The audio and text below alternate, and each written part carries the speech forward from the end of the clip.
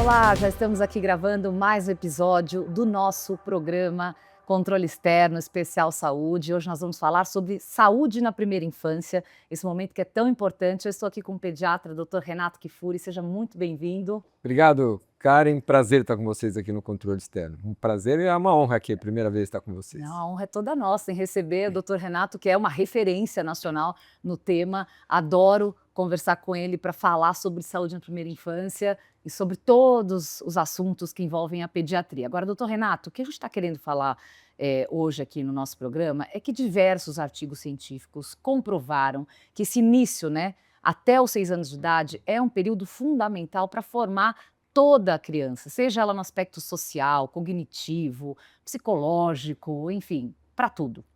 Então eu queria começar te perguntando por que esse período, até os 6 anos de idade, é tão fundamental para a saúde da criança e para toda a formação da criança. Olha, cara, a gente cada vez mais vem valorizando e dentro desses primeiros anos de vida, os chamados primeiros 1000 dias de vida. E olha, esses 1000 dias são contados do período gestacional, dos 9 meses da gestação, mais os 2 primeiros anos de vida. Que se você somar 9 meses mais 2 anos, vai dar exatamente 1000 dias de vida. E o que quer dizer isso? É neste momento, a partir da fecundação, do início da gestação, até os 2 primeiros anos de vida, e claro, se estende até os 5, 6 anos, o final da primeira infância, que nós chamamos, onde há uma plasticidade na construção da nossa resposta imune, da nossa resposta alérgica, das nossas neurodesenvolvimento, das questões afetivas. Então, quanto mais você investe na formação desse indivíduo, quer seja nutricional, imunológica, neurodesenvolvimento, estímulos, você vai colher adultos mais saudáveis.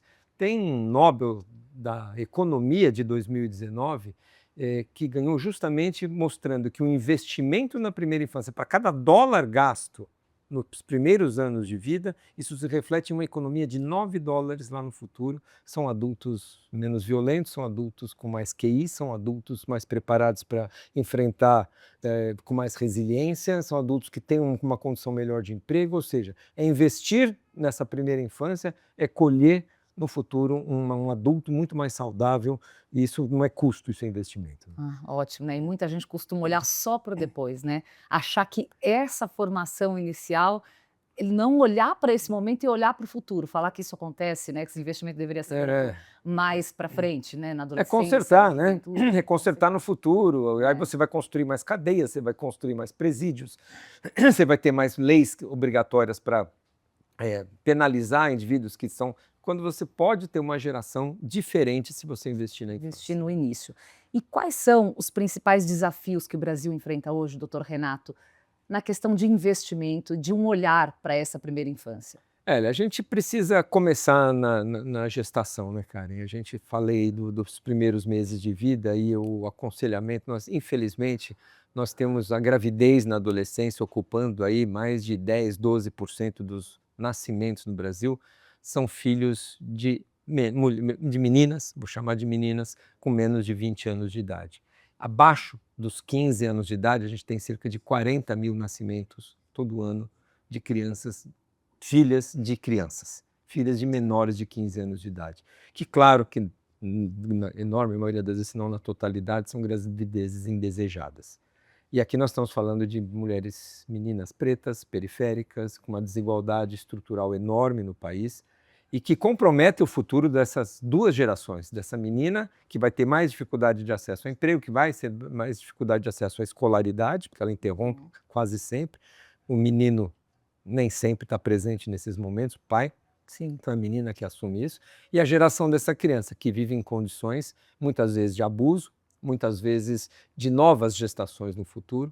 Então, a gente precisa cuidar melhor da nossa adolescência, com programas de educação sexual, com educação sexual para a escola. A gente precisa oferecer condições de oferta de anticoncepção para aquelas que iniciaram a vida sexual. Então, a gente tem muito o que fazer preventivamente na gravidez e na adolescência. O segundo é a questão do nascimento, o nascimento pré-natal e o nascimento. Essas gravidezes precisam ser acompanhadas. A principal causa de mortalidade infantil, sabe qual é no Brasil?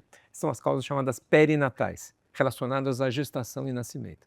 A gente saiu de um momento de país de terceiro mundo que morria-se de diarreia, de desnutrição, de anemia, de verminose, de sarampo, e hoje a gente tem um padrão mais próximo a primeiro mundo, que a taxa de mortalidade infantil, que no nosso país ainda é acima de 2 dígitos, ou seja, o número de crianças que morrem antes de completar um ano, nós estamos acima de 10 por 1.000 nascimentos.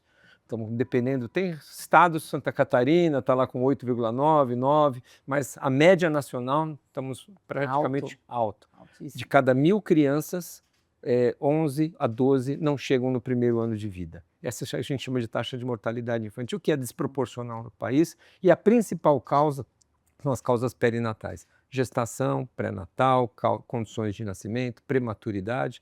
Então a gente precisa investir, e claro, para aqueles que já têm uma infância, precisamos de assistência adequada, aleitamento materno, nutrição, vacina, todo o segmento, aliado sempre à educação, né? Sim. E como é que o SUS, doutor Renato, tem atuado nessa primeira infância, né? O que falta, o que já temos de muito bom acontecendo, o que precisa melhorar, qual que é a expectativa em aprimorar tudo o que o SUS oferece hoje em dia? O SUS é talvez uma grande salvaguarda das nossas expectativas de saúde para o país em termos de igualdade, né? O SUS oferece hoje 100% das vacinas gratuitas no país todo.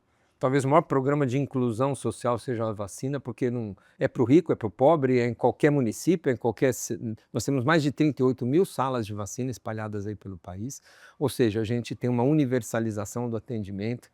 O programa a estratégia de saúde da família, que é um programa nacional, ele ainda precisa ser aprimorado, mas o número de famílias assistidas cresce a cada ano. Isso eu ia te perguntar também, como é que está esse... Esse programa cresce a cada ano, ele precisa de aprimoramentos, tem muitos que não têm pediatras, então a presença dos pediatras na atenção primária é uma bandeira que a própria Sociedade Brasileira de Pediatria defende. Ainda há uma grande concentração de profissionais nos grandes centros, a gente tem dificuldade de acessar regiões ribeirinhas, regiões quilombolas, populações indígenas, onde a gente não tem.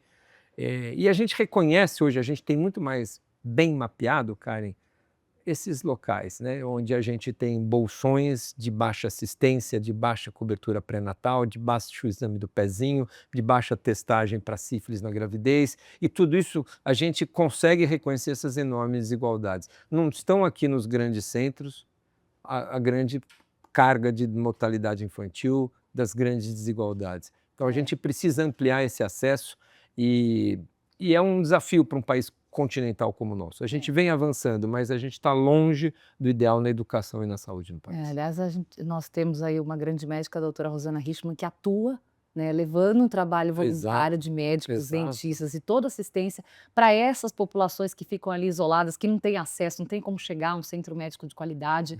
O médico passa lá uma vez por ano, nas regiões distantes, o barco vai para lá 2 vezes no ano, né? Então, que isso se espalhe, né, por essas regiões ribeirinhas, que outros médicos também atuem dessa forma, como a doutora Rosana Richman, que é uma delas. Doutores das Águas. Doutores das Águas, um projeto muito incrível. Quem tiver oportunidade também pode dar um Google para conhecer um pouquinho desse trabalho. Isso poderia acontecer em outros cantos também, com outros profissionais. Agora, você tocou no assunto da vacinação, eu sei que você é um expert no assunto da vacinação. Como é que está hoje, como que está considerado esse calendário da vacinação? Ele dá conta da demanda? Quais são os projetos que existem para divulgar? Porque se a gente está falando de uma população carente, que muitas vezes não tem acesso, como é que ela descobre? Como é que isso se divulga, isso se propaga para a importância que é fundamental a vacinação nesse primeiro momento também, pela vida inteira, mas nesse primeiro momento ainda, creio que mais, né? As vacinas representaram, né, um enorme avanço no Brasil e no mundo inteiro em termos de controle de doenças, aumento da nossa expectativa de vida, redução da mortalidade infantil. Estima-se aí que a gente ganhou 30 anos de expectativa de vida a mais no último século, fruto do uso de vacinas disseminadas.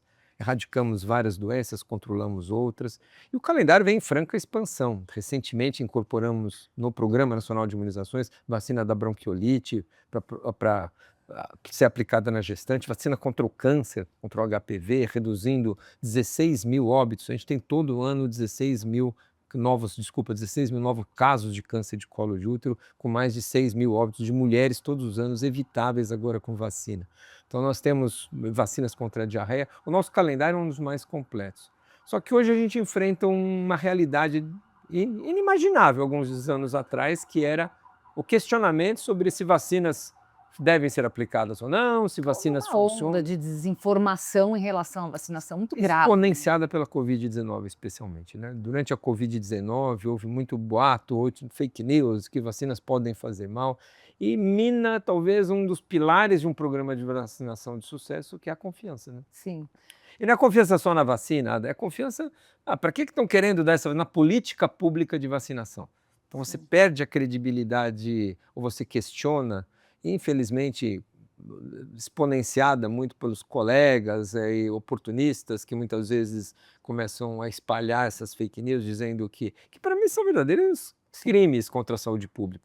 Você convencer alguém a não se vacinar, você está levando uma parcela uma porcentagem, infelizmente, não, hospitalizações, a visita aos serviços de emergência, a mortes, as sequelas definitivas. Então, contribuir para a não vacinação, de alguma maneira você está impactando negativamente a saúde. Então, ao mesmo tempo que a gente tem um programa capilar, como eu falei, com 38 mil salas de vacinas, com um calendário robusto, introduzindo vacinas, a gente ainda precisa melhorar o alcance, a cobertura vacinal.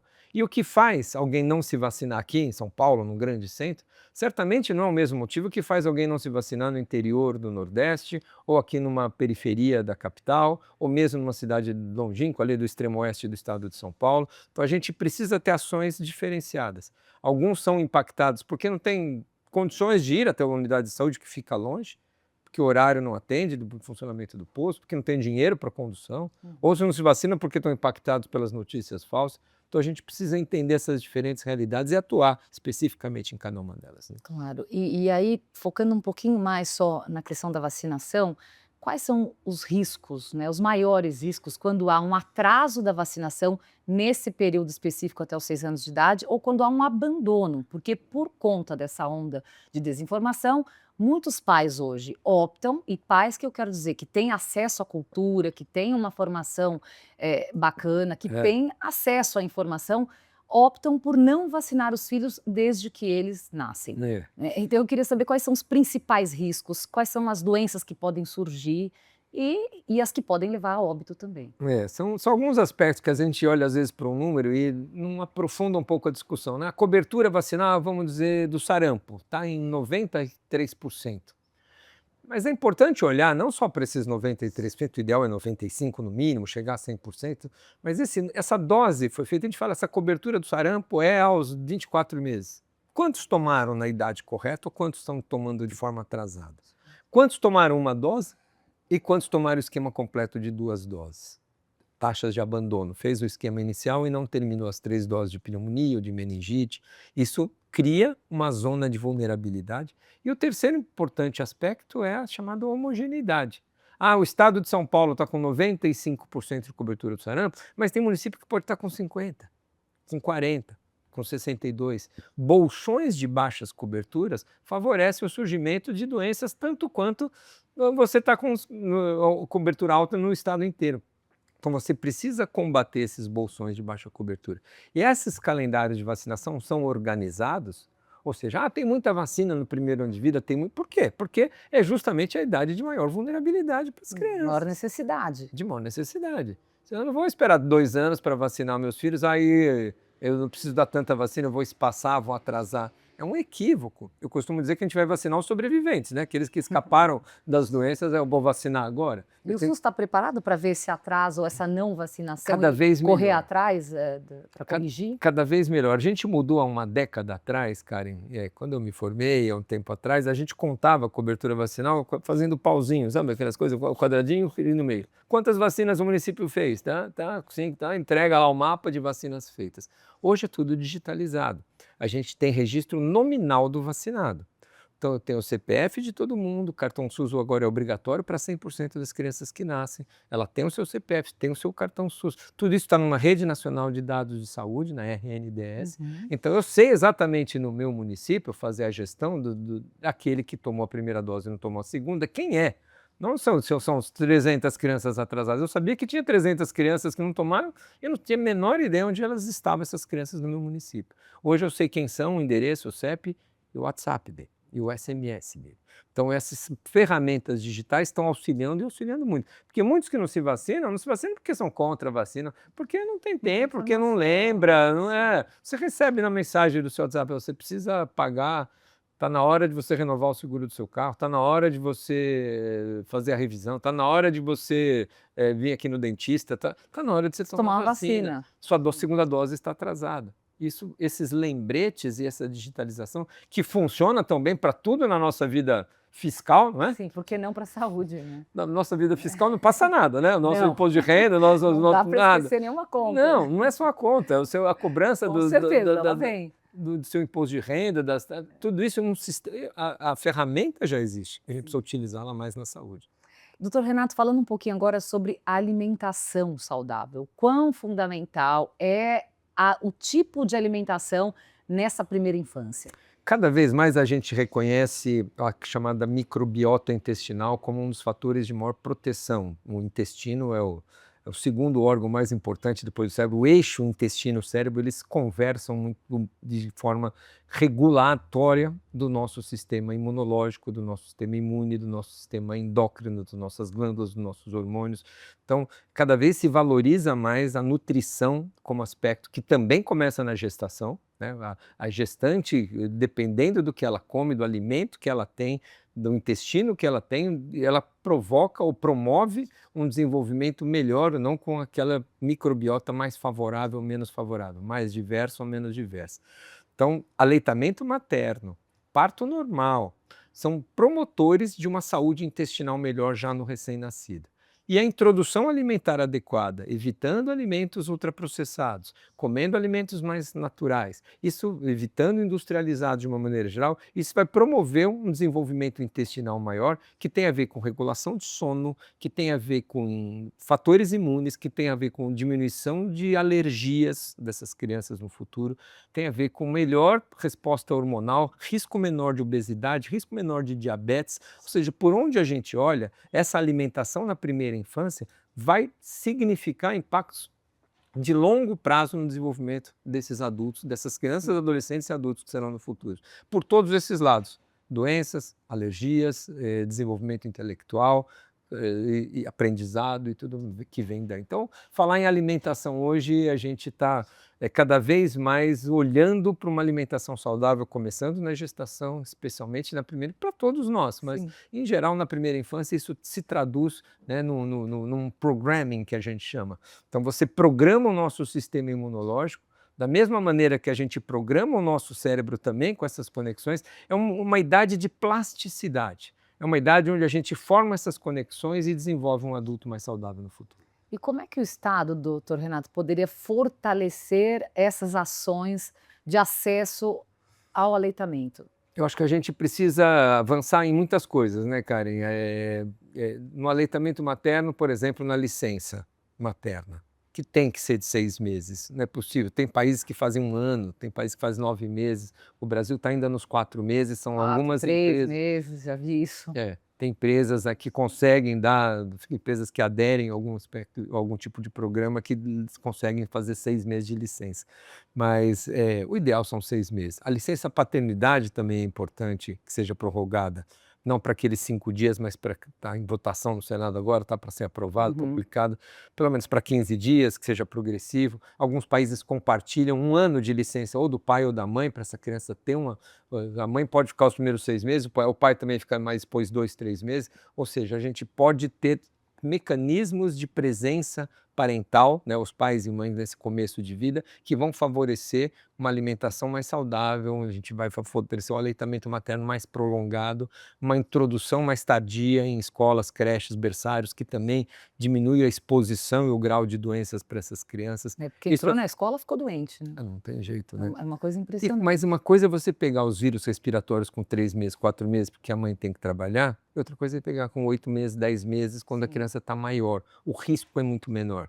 Ela vai se expor pela primeira vez, é diferente a idade com que você faz essa exposição para essas crianças. Então, quando você fala do que é possível fazer, mas nós temos muito que avançar. Essa semana, retrasada, fui ver uma criança no hospital público, e o lanche do hospital público era biscoito social, sei lá, industrializado, suco de caixinha. A Realmente. criança está internada, cara, eu não estou no avião. Não estou nem discutindo o avião, que o avião é só isso mesmo. Um adulto que está lá no avião está comendo essa porcaria. Sim. Mas uma criança internada, doente, receber alimento ultraprocessado? Isso é o que acontece na maior parte, né? Infelizmente. Infelizmente. E hospital de bom padrão. Eu fui no hospital, mas isso acontece no hospital de alto padrão do mesmo jeito, né? Então, a gente está longe de ter uma consciência alimentar. Se para o indivíduo doente a gente faz isso, e tudo precisa mudar. Essa mãe que hoje tem um filho que vai para a creche, para a escola, ela tem que ter praticidade, ela não tem tempo de ir para a feira, comprar laranja, espremer, fazer um suco fresco, mas ela vai comprar o de caixinha do supermercado. É mais fácil. Um bolinho de chocolate industrializado, o biscoitinho, que está mais fácil.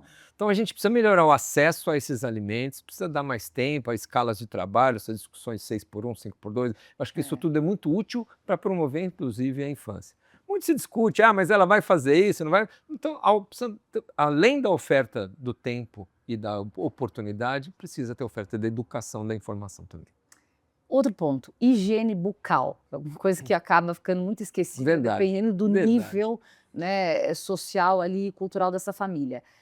Ela recebe a atenção necessária nesse período? Infelizmente não. Aí a gente tem um gap maior de assistência. Nós tivemos um grande divisor de águas na minha geração, para outras gerações no futuro, que foi a fluoretação da água. A quantidade de perda de dente, de cárie dentária, de extração dentária há 50 anos atrás, ela diminuiu abruptamente. Nós temos hoje um índice de saúde bucal muito melhor que nós tínhamos no passado, quando a gente fala de perda de dentes, de cárie.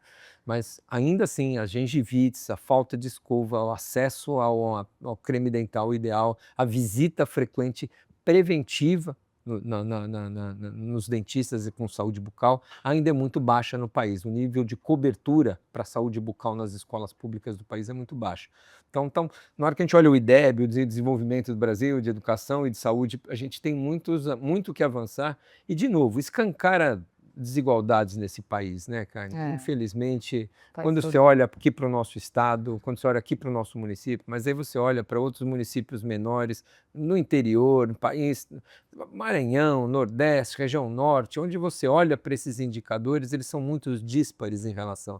Então, há muitos Brasis aqui dentro em que a gente precisa olhar. De fato, né? A desigualdade social afeta muito mesmo a saúde infantil, por todos os lados, não tem como, o desenvolvimento infantil, não tem como fugir. E a gente também fica se questionando se há uma integração eficaz ou suficiente entre saúde, educação e assistência social.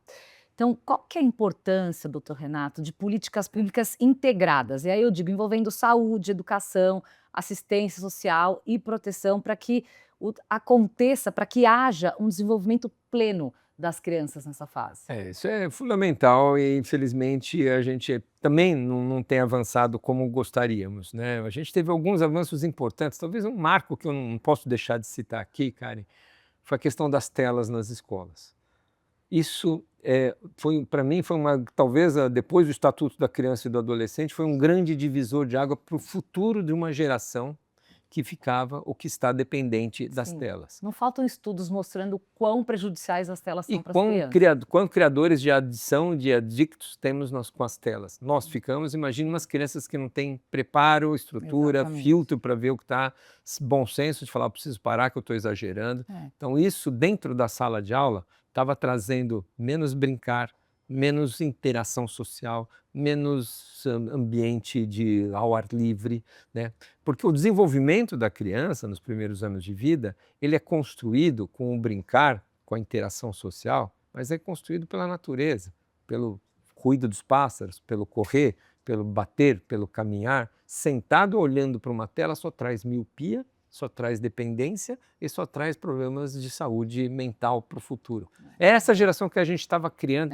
Eu diria que nós estamos criando ainda. Porque fora da escola, muitos pais também deixam o celular porque é prático, né? Eu preciso trabalhar, eu preciso ler, eu preciso sair. Preciso almoçar e jantar, eu deixo aqui, ele não me aborrece. Exatamente, deixa o celular. Então isso eu acho que o ambiente escolar, ele pelo menos ficou preservado desse ataque das telas para a saúde infantil. Já é bastante coisa. Já é bastante coisa, mas Nós precisamos ter um letramento, nós como pais também, desse uso. Saber, Nós claro. somos uma geração que entramos com E essas eles nos telas. veem usando, então É assim, eles são isso. reflexo do que a gente faz, não do que a Exato. gente fala. Então, será que Então, como é que você fala, não faça e você não sai dali? A gente qual pai? trabalha, Exato. a gente trabalha Só com que a gente usa isso. para trabalhar mais do que para outras coisas. Também, né? Também. Também. Mas assim, Para redes sociais a sim. gente usa também. Então é Claro. importante a gente ter essa autocrítica também, que não é a culpabilização do Estado, da criança, é um movimento que a sociedade precisa Geral. fazer no sentido de isso tem uma consequência. Para nós adultos já é prejudicial, para as crianças também. Então essa integração da escola com a saúde, saúde e educação andam de mão dadas, né? A gente tem um programa de vacinação, um programa de assistência para prevenção de drogas na adolescência, um programa para a educação sexual, eles passam necessariamente a saúde e a educação andam de mãos dadas. É. Eu acho que falta integração ainda, maior do que no país como um todo. A gente podia avançar mais. E o que muda, doutor Renato, na prática, quando um município prioriza ali a primeira infância, no seu planejamento de longo prazo? É nítido você ver o município que priorizou isso e o que não priorizou? Municípios, países, regiões, né? Você vê países asiáticos, como a Coreia do Sul, como outros países que priorizaram há décadas atrás a educação, hoje estão colhendo gerações muito diferentes e municípios também. O problema, né, Karen, é que esses investimentos não são visíveis, não são eleitorais, não dão voto. Né, você investir na formação dessas crianças, no atendimento integral para essas crianças desde o nascimento até a primeira infância, não aparece, vai aparecer daqui 1, 2, 3 décadas. Sim. E aí o voto se perdeu nesse meio do caminho. Então os políticos precisam ter essa noção. A gente precisa criar mecanismos de premiar iniciativas ou de valorizar as ações políticas, as políticas públicas que são feitas em prol da primeira infância, para que isso seja reconhecido pela sociedade, isso seja um cartão de visita para o político e para o gestor de saúde e de educação. Quando ele investe na infância, isso vira um retorno de reconhecimento público pelo trabalho que está fazendo como gestor, vira voto para ele, isso certamente vai mudar. Eu não sei como fazer isso, mas talvez você me ajude. Né? Mas é isso, premiar, algo tinha que acontecer para que as pessoas pudessem ver o valor não é a desse ponte, investimento. né? Não que não precise ser feita as A pontes. gente né? sabe muito bem, né? Tem coisas imediatas que vão gerar votos e que está todo mundo vendo ali na hora que a pessoa vai fazer. Exatamente. Só que o resultado é outro no futuro. Outro. Então, assim, não se investe nisso, depois gasta-se muito para pagar os incêndios futuros que nós vamos ter se não investirmos na primeira infância. É isso, exatamente. O ponto é isso. Então, eu queria que, como a gente não tem muito tempo ainda de entrevista, eu queria que agora a gente conseguisse fazer um resumo de tudo que a gente conversou aqui, que é tudo muito linkado, tudo muito ligado, que a gente deixasse um recado para os nossos gestores públicos da importância de investimento nessa primeira infância, o que muda se a gestão pública de fato se engajar mais, né, criar projetos, planos, assistir mais de perto, cuidar mais de perto dessa primeira infância. Eu queria deixar aqui um recado para os nossos gestores públicos, doutor Renato. Nós estamos falando da infância, de um desenvolvimento onde a gente tem uma janela de oportunidade de atuação que vão poder ser transformadores para uma qualidade de adultos que nós vamos formar, de gerações que nós vamos formar. Alimentação, nutrição, vacinação, pré-natal adequado, acompanhamento educacional, saúde e educação para todos, vai se refletir, cada dólar investido nessas crianças vão significar uma economia no futuro. Isso não é gasto, isso é investimento para gerações futuras. Então acho que a gente precisa, num país tão diverso quanto o nosso, com tantas desigualdades, olhar e ter olhares diferenciados para essas regiões, especialmente também para as crianças divergentes ou neurodivergentes, ou que são atípicas, ou que não estão dentro e que precisam de necessidades diferentes. Nós temos uma parcela significativa da população com atrasos de desenvolvimento, temos parcelas significativas de crianças com alterações de neurodesenvolvimento, com doenças raras que precisam de tratamentos diferenciados também. Então, ninguém pode ficar para trás. Uma sociedade justa a gente se constrói oferecendo equidade, mais para quem precisa de mais, menos para quem tem mais condições. Então, essa distribuição do acesso à educação e saúde, ela precisa ser universalizada.